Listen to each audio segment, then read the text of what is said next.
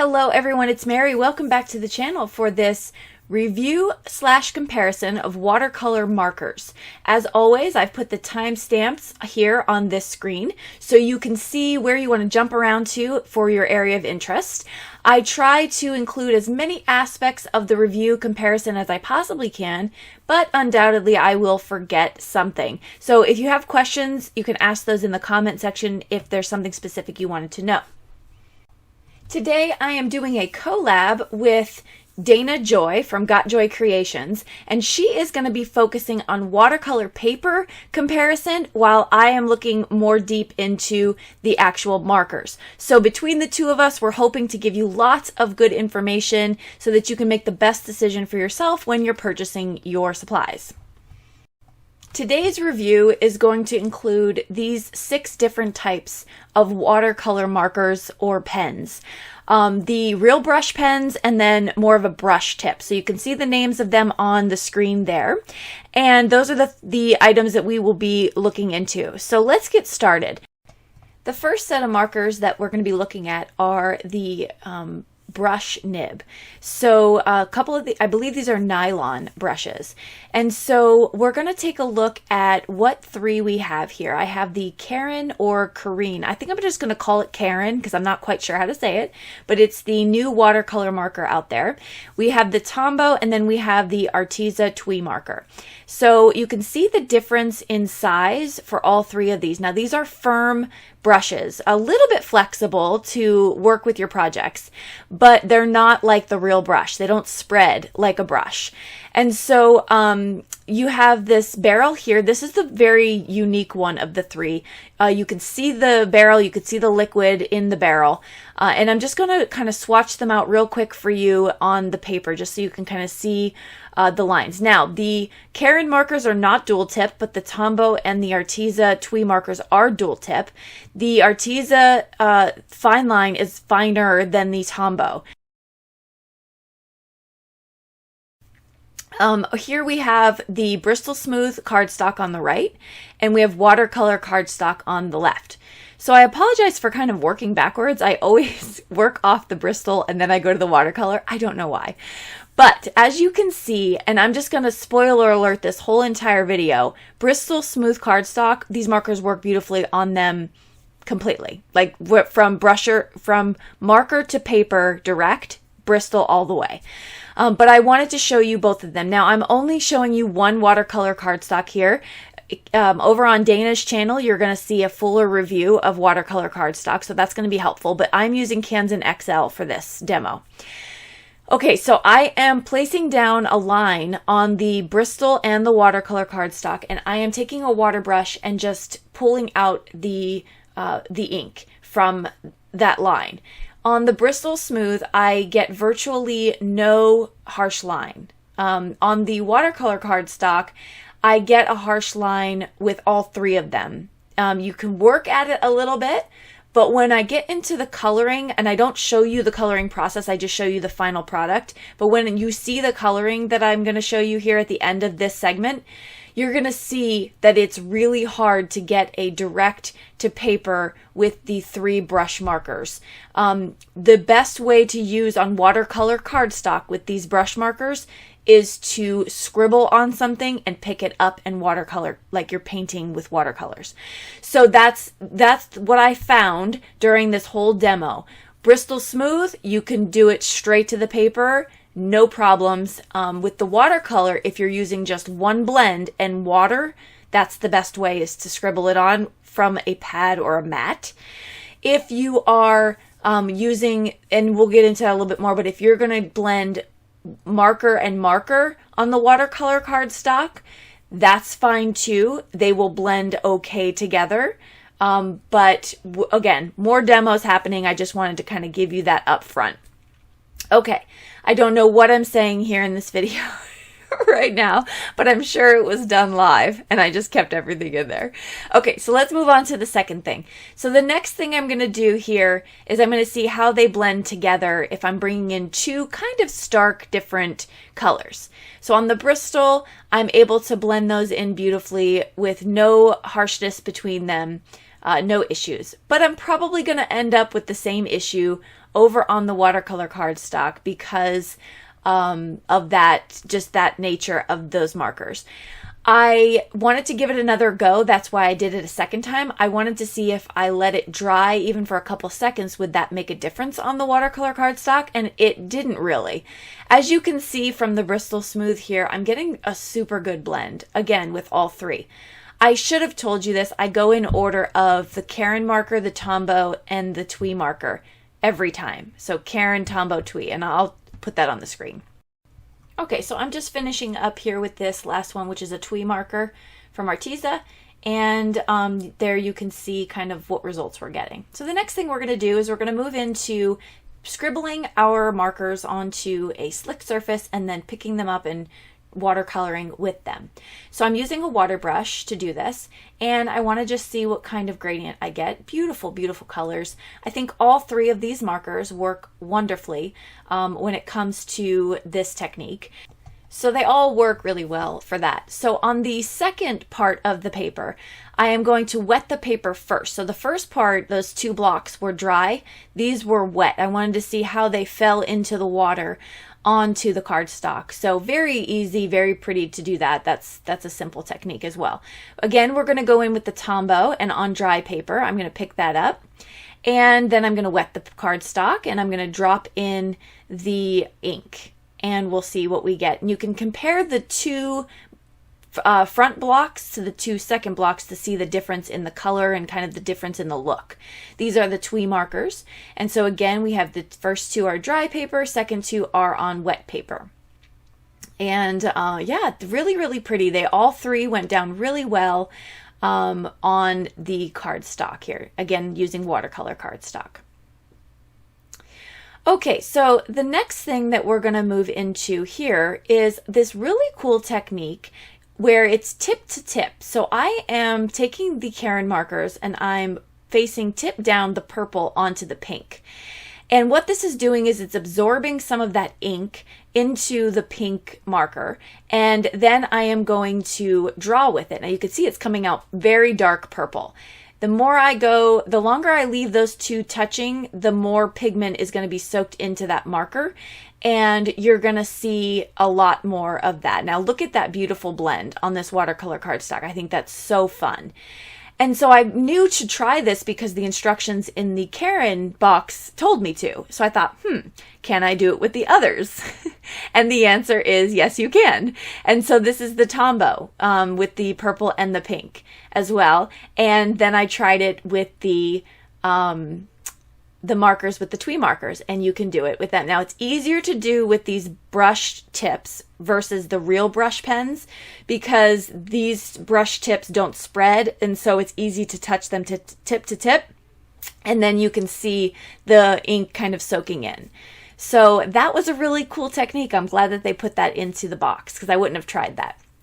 Okay, let's wet the paper and drop the color in. So here you can see when you wet the paper, and I'm using the Karin marker. The Karin marker loves this wet paper. It really does soak in. The Tombow, not so much. You can kind of see it's a struggle to get a solid part of pigment on there. So it did not take to it as easily. And then here it's the same thing with the paper wasn't wet, so let me re-wet the paper. But it's the same thing with the TwiMarkers here. They do go down a little bit better. At least I can get the marker over the water. But it's just not the same. So I went back with the Karin marker and the pink, and I just wanted to make sure that I showed you that technique as well. Okay, so let's look at some findings. So these are the Karin markers. On the left-hand side, I tried to do a marker to paper technique with that first balloon, and I could not get it to blend very well. That's with all of these brush markers. So I dropped in the paint on the left, and I went paper to tip to paper on the right with the Bristol Smooth. And so it works on the Bristol Smooth every time you do it. So you're going to see very similar results. This is the Tombow marker. Again, watercolor on the left, Bristol on the right. Look at the results of those. So, so pretty. But again, on the left, I had to drop it into the paper. Not drop, but kind of paint from a palette into it. But on the Bristol, I just went right to the paper. and these are the TwiMarkers. So again, beautiful results that you can see, but every time I tried that on the upper left hand balloon with the right onto the cardstock, I struggled. I think you would have much better results if you were mixing colors, but still with these 3 brushes, just I would recommend on the watercolor cardstock you kind of paint onto it. Okay, so let's look at the cost comparison of these markers. The Karin markers go for anywhere from $182 to $207 per marker. You can buy them individually or in small sets as well. The Tombow dual tip are around $222 a marker. The replacements you can buy individually though. Arteza dual tip TwiMarkers you cannot buy individually, and they come out to be about 75 cents a marker. Of note, each of these markers comes with a blender pen in their packs, or more. Karin comes with 3 if you buy the big set. Okay, so let's move on to the real brush pens. So here we have on the left, we have Genuine Craft, the middle we have Arteza, and on the right we have Ziggs. I wanted you to see the difference in the brush. So a lot different in sizes. The Genuine Crafts are the largest, and then Arteza, then Ziggs. So that's the order that I'm going to go in here. Again, we have a watercolor cardstock and we have a Bristol. Spoiler alert one more time, we have the Bristol, works beautifully every time. So I'm just a huge fan of this cardstock. Okay, on the left-hand side, now here's something I found. You can kind of just watch as I go through this demo. With these, I found similar results on the watercolor cardstock. I'm hoping Dana can find us a really good watercolor cardstock to play with, because I found great results for these markers if I, like I had said previously a million times, if I was painting on them. But I would really like a watercolor cardstock that I can saturate and I can play with, and it gives me really good results. I would invest in that cardstock.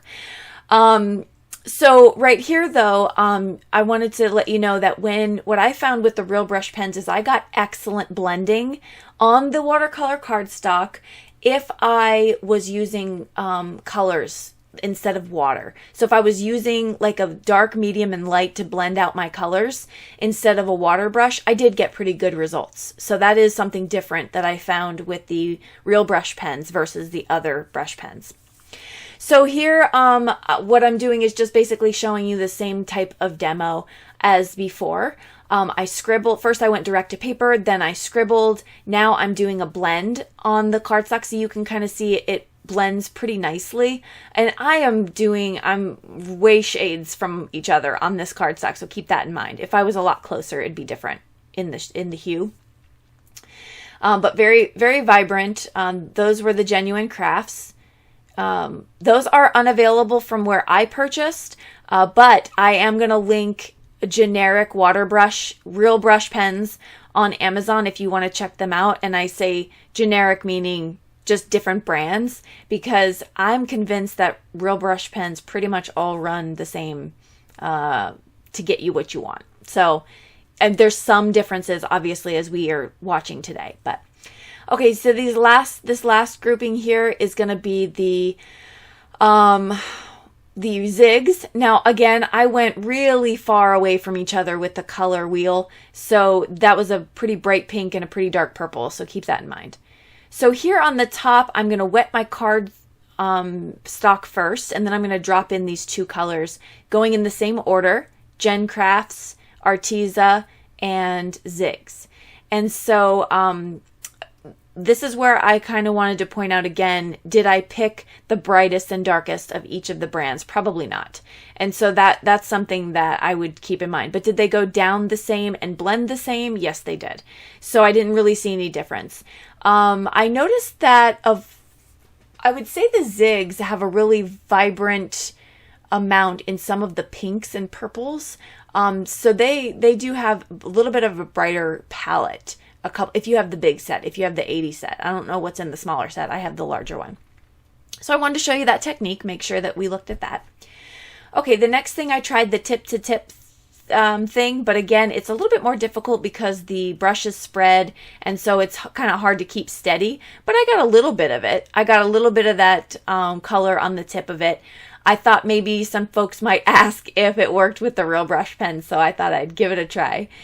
And I'm going to try it. That was with the Gen Crafts. Now I'm going to try it with the Arteza markers. And again, I do get a little bit of that. It's not as much as the other brush tip, but I mean, that's to be expected, right? Because it's just hard to hold them steady. And then the third one is going to be the zigs. So all three markers feel the same. They're all rounded as far as their barrel goes. They're different sizes. The zigs are the shortest one. The Arteza are the Gen Crafts that I used were the shortest ones. I think almost the same as the zigs. The Arteza are really long, which you have a little bit more ink in them, I presume. And so that is the results. Now let's look at some coloring results here. So what did I learn from the Real Brush pens? I learned that they went down a lot nicer on the watercolor cardstock than the other brush markers when you do marker to paper. So I did pick up on that. I felt like the Gen Crafts and the zigs blended easier on the watercolor cardstock than the Arteza, but the Arteza worked great. As you can see, I got awesome results here. I just feel like it took a little bit more effort. On the Bristol, as it was with all the markers, the Bristol took them amazingly. And for all the coloring that I showed in the video, the final balloons, they were all done with 2 layers of coloring. All right, let's talk price. So for the Genuine Crafts, unfortunately, they're unavailable, but the other types that I did find as cheap as 62 cents a marker. The Arteza Real Brush pens are 83 cents a marker, and you can buy replacements, but they come 4 of the same color in a pack. The Zig Clean Color Real Brush run from $150 if you buy a full set to $341 each marker if you buy them individually, which you can purchase Zigs individually. So all things to keep in mind, again, when you're trying to figure out what is the best marker for you. Okay, so my overall take for this watercolor marker review is that between the 6 of them, they are all extremely similar. I feel like if you had any one of these, you have a great marker. So I would not recommend owning all 6 brands like I do at all. I think, unless you want to, I mean, by all means. But I don't think it's a necessary thing. And on these videos, I like to try to get to the answer of, is this something so new and so different that I need to have it in my stash, or that it's going to help me expand my skill set? And I don't think with any of these markers that you're going to go wrong with either of them. So I get a lot of questions on, well, which one is your favorite? And I think for me, I have full set syndrome, so whichever's going to get me the full set with the least amount of cost, I think that that's probably where I'm going to go first if I didn't have any of these. But that's just my own personal preference, as is your shopping adventure. That's going to be all however you want to do it. Hopefully this helped answer some of your questions. I will link all the markers below if you wanted to check them out yourself. And by all means, hit me up in the comment section with any questions that you have, and anything that I may have missed, and also share information that you have and maybe which one is your favorite if you have these. Thanks so much for stopping by. Do not forget to head over to Dana's channel to check out her video so we can figure out what cardstock do I need to buy, because I am on the hunt and I cannot wait to watch her video. So thanks so much for joining. I will see you all in the next one. Have a great day. Bye-bye.